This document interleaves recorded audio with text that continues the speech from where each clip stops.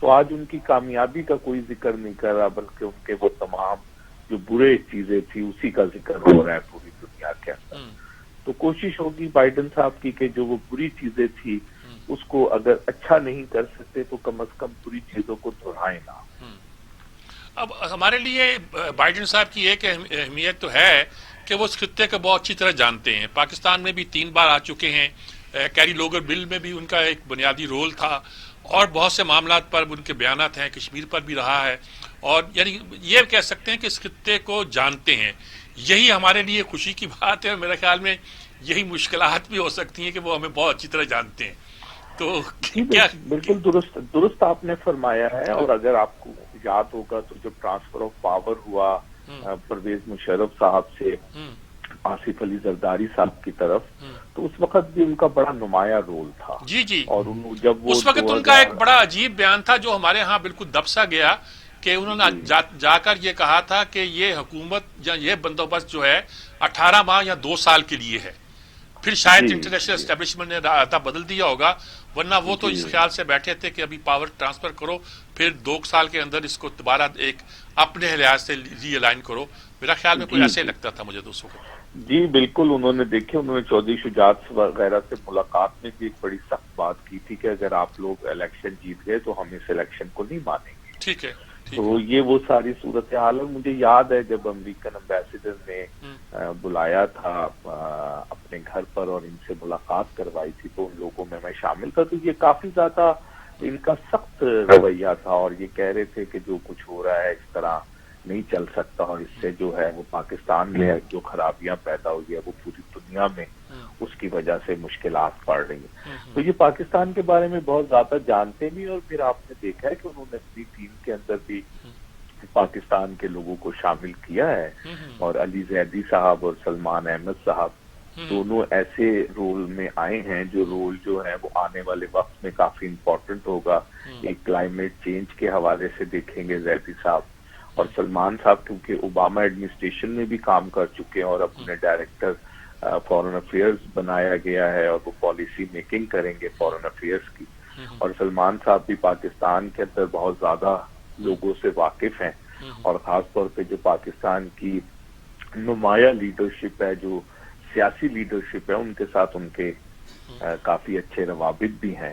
تو یہ وہ ساری چیزیں ہوں گی، اور پھر جس طرح انہوں نے نیشنل سیکورٹی کونسل کی ڈائریکٹر بنایا ہے، وہ پاکستان کے حوالے سے بہت زیادہ جانتی ہیں، یہاں 2 دفعہ رہ چکی ہیں، اور ان کا افغانستان کے خطے کے اوپر بھی بہت زیادہ کام ہے، تو وہ نیشنل سیکورٹی کونسل کو دیکھیں گی۔ اور ابھی جس طرح بونی روبن نے جو پیپر لکھا ہے بائیڈن صاحب کے لیے، اور جو انہوں نے ان کو تجاویز دی ہیں کہ آنے کے ساتھ آپ کو پہلے 100 دن کے اندر کیا کرنا پڑے گا ساؤتھ ایشیا میں اور خاص طور پہ افغانستان میں، تو یہ سب چیزیں بڑی دلچسپ ہوں گی، اور دیکھنا ہوگا کہ آنے والے وقت میں، کیونکہ ابھی انڈر سیکرٹری جو ہے ساؤتھ ایشیا کا، اس کی نامینیشن ہمارے سامنے نہیں آئی ہے، تو اس کے بعد چیزیں جو ہیں وہ مزید ہمیں سمجھ آ جائیں گی کہ چیزیں جو ہیں وہ کس طرف جاتی ہیں، لیکن ابھی تک کا جھکاؤ ایسا لگتا ہے کہ وہ لوگ ان کی ٹیم میں زیادہ ہیں جو پاکستان اور افغانستان کو زیادہ جانتے ہیں نسبتاً بھارت کے۔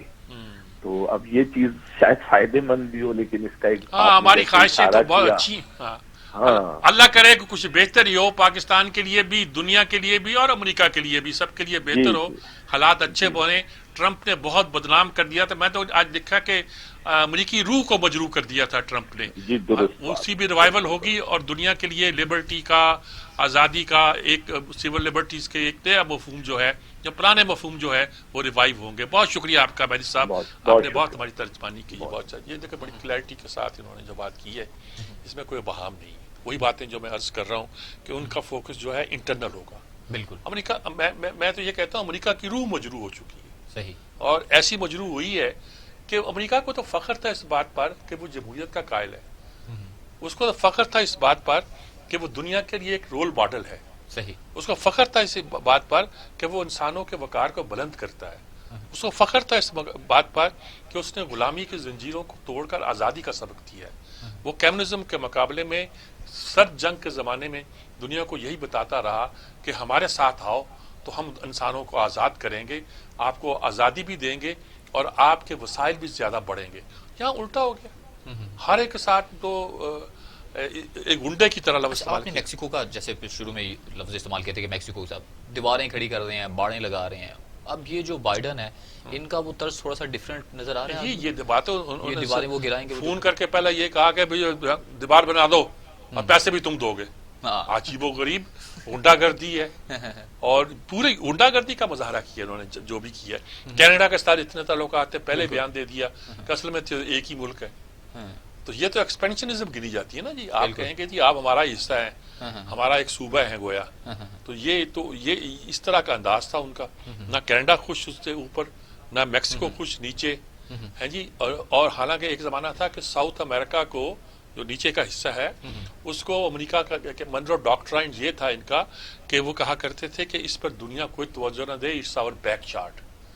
یہ ہمارا پائی باغ ہے گویا، اس پر آپ کچھ گفتگو نہیں کریں، کچھ آپ اب سے دخل نہیں دے سکتے، اس پہ امریکہ کا ایکسکلوسیو حق ہے.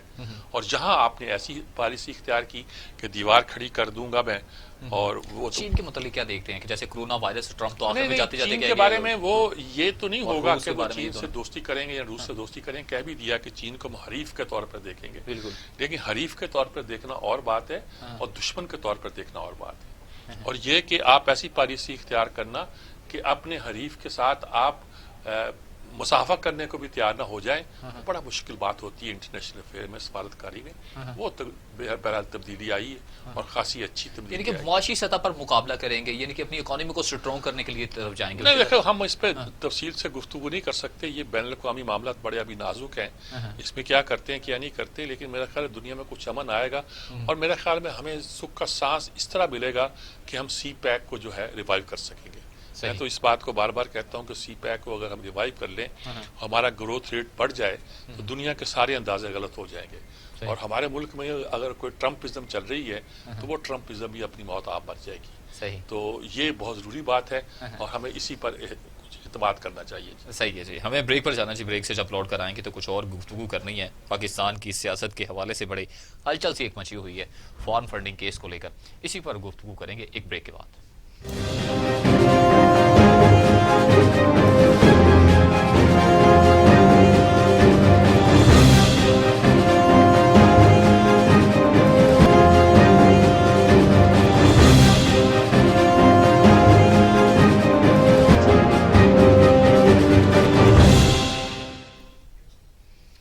ویلکم بیک جی.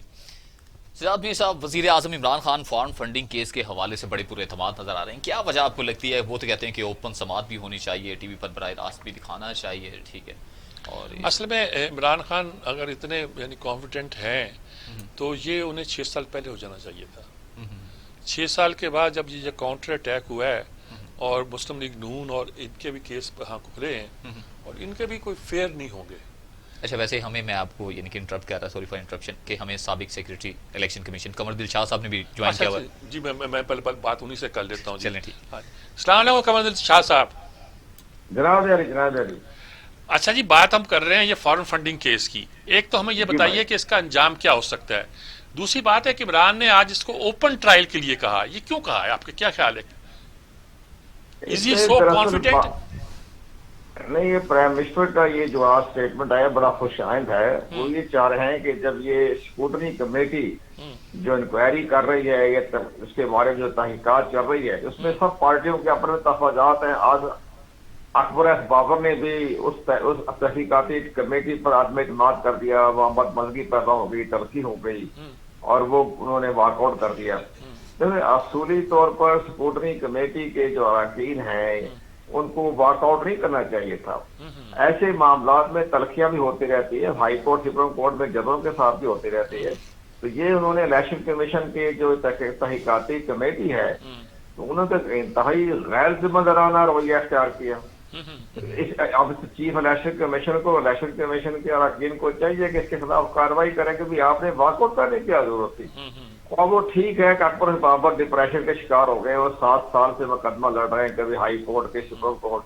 اب انہوں نے کہا بھی ہمیں آپ پہ اعتماد اسی لیے نہیں رہا کہ آپ 1.5 سال سے اپنی رپورٹیں نہیں پیش کر رہے. جو رپورٹ پیش کی وہ انتہائی ابہام زدہ، ناقص تھی تو الیکشن کمیشن کے ممبران نے وہ واپس کر دی. اب ہمیں یہ اندر کی بات کا معلوم نہیں ہو رہا کہ یہ تحقیقاتی کمیٹی ایسی کیا پاورفل ہو گئی ہے جو چیف الیکشن کمیشن کے بھی حکامات کو نظر انداز کر دیتی ہے, الیکشن کمیشن کے حکامات کو بھی نظر انداز کر دیتی ہے. یہ تحقیقاتی کمیٹی آئی کہاں سے ہے؟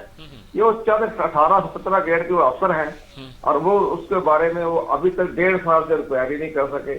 تو میرا تو خیال یہ ہے کہ جو کمیٹی بنی وہ انتہائی جو ہے ان کو تجربہ ہی نہیں ہے کہ کیسے ایسے معاملات میں کس طرح دیکھا جاتا ہے. تو یہ تو بہرحال ایک بڑا ایک اہم موڑ آ گیا. لیکن اب الیکشن کمیشن نے جیسے کہ خبریں آ رہی ہیں تو انہوں نے کہا کہ ٹھیک ہے جو بھی آپ نے کارروائی کی ہے وہ ہمیں رپورٹ پیش کر دیں. تو ممکن ہے وہ چند روز میں اپنی فائنڈنگ جو ہے وہ الیکشن کمیشن کو پیش کر دیں گے. لیکن اس سے پہلے 2 دفعہ فائنڈنگ انہوں نے پیش کی الیکشن کمیشن پاکستان کو, تو دونوں دفعہ اپنے الیکشن کمیشن کے اراکین نے واپس کر دی. جب اس کے اندر تو سرپائی نہیں ہے, پتہ ہی چلتا کہنا کیا چاہتے ہیں, کرنا کیا چاہتے ہیں. جو اتنی ناقص ہے وہ نااہل ٹیم ہے, تو مجھے سمجھ نہیں آ رہی کہ چیف الیکشن کمشنر نے ابھی تک اس ٹیم کو رکھا کیوں ہے. وہ 1.5 سال سے بہرحال ان کے اندر کیپیسٹی نہیں ہے, ثابت ہو گیا یہ. ایک اور بات ہم کہنا چاہیں گے آپ کی وساطت سے کہ میری سمجھ یہ نہیں آ رہا کہ جس وقت الیکشن کمیشن آف پاکستان نے یہ اگست 2014 میں جو سیاسی پارٹیوں سے گوشوارے اور اثاثے منگوائے جاتے ہیں قانون کے مطابق, اس کے اوپر نومبر 2014 میں ہی اکبر ایس بابر نے اس جو گوشوارے آئے تھے الیکشن کمیشن میں اس کو چیلنج کر دیا. تو اب انہوں نے اپنے ثبوت پیش کیے کہ جناب یہ اس میں یہ خرابیاں ہیں, خامیاں ہیں, یا اس میں حقائق چھپائے گئے ہیں. تو الیکشن کمیشن پاکستان کے اس وقت کی جو کمیشن تھا, سردار رضا صاحب ہی تھے, انہوں نے چاہیے تھا کہ تمام غور و خوض کرنے کے بعد الیکشن کمیشن پڑھتے دیکھتے اور وہ اسٹیٹ بینک آف پاکستان کے حوالے کر دیتے. اچھا کہ بھائی آپ دیکھیں کہ بھائی آپ کیونکہ آپ اس کے کسٹڈین ہیں, آپ دیکھیں حقیقتاً State Bank of Pakistan money laundering کے بارے میں, ہنڈی کے بارے میں, تمام معاملے میں وہ کسٹڈین ہیں. ان کو کہتے ہیں ہمارے پاس شکایت آئی ہے, یہ تحریک انصاف نے ہمیں بھجوائے گوشوارے ایسٹ چارٹرڈ اکاؤنٹنٹ کی وساطت سے اور چیئرمین صاحب کے دفتر موجود ہیں, اور اس کے مخالفین نے یہ ہمیں درخواست دے دی آپ اس پر انکوائری کریں. تو وہ خود ہی انکوائری کر کے 3 مہینے 4-6 مہینے میں وہ الیکشن کمیشن کے حوالے کر دیتے. تو جب الیکشن کمیشن میں کیپیسٹی نہیں تھی کہ کوئی انکوائری کرے, انویسٹیگیشن کرے, تو اسٹیٹ بینک آف پاکستان کو آرٹیکل 220 کے تحت بھجوا دیتے. تو یہ ایک معاملہ اتنا لٹک گیا 7 سال سے کہ اب تحریک اس کے بارے میں تحریکیں بھی چل گئی, اپوزیشن نے بھی اس پر جلسہ جلوس کر دیا, بڑا احتجاج کر دیا, الیکشن کمیشن بھی اپنا اعتماد کر دیا. تو یہ سارے معاملات یہ انتظامی طور پر بگڑتے چلے گئے. اب یہ دیکھیں نا بعد میں جب تحریک انصاف نے اپنے صفائی میں وہ 40,000 جو ان کے ممبر ہیں پارٹی کے, ان کے آئیڈینٹی کارڈ, شناختی کارڈ وہ الیکشن میں جمع کروائے تھے, بلا وجہ کروائے نا. اصل تو چیلنج وہ کیا گیا تھا جو الیکشن کمیشن میں عمران خان صاحب کی پارٹی نے اگست 2014 میں گوشوارے جمع کرائے, اس کو چیلنج کیا اکبر ایس بابر نے. بس وہ دونوں کی درخواستیں اسٹیٹ بینک کو چل جاتی.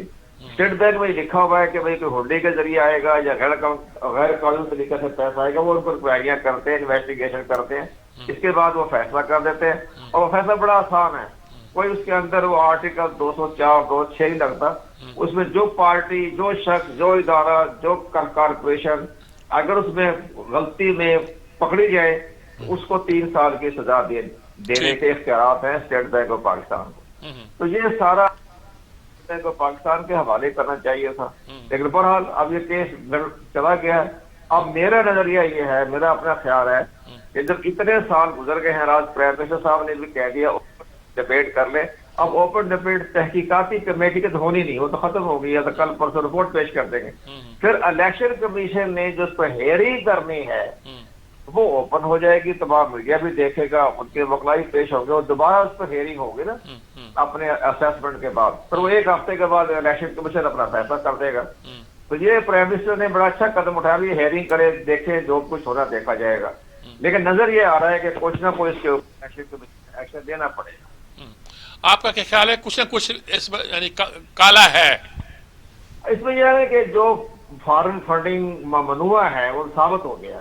اچھا, بعض کمپنیاں ایسی آئی ہیں جنہوں نے خود ان کے وکلاء نے کہا ہے کہ جی وہ غیر ممنوع 2 کمپنی کے ذریعے آئی ہے, ہم اس کے معاملات میں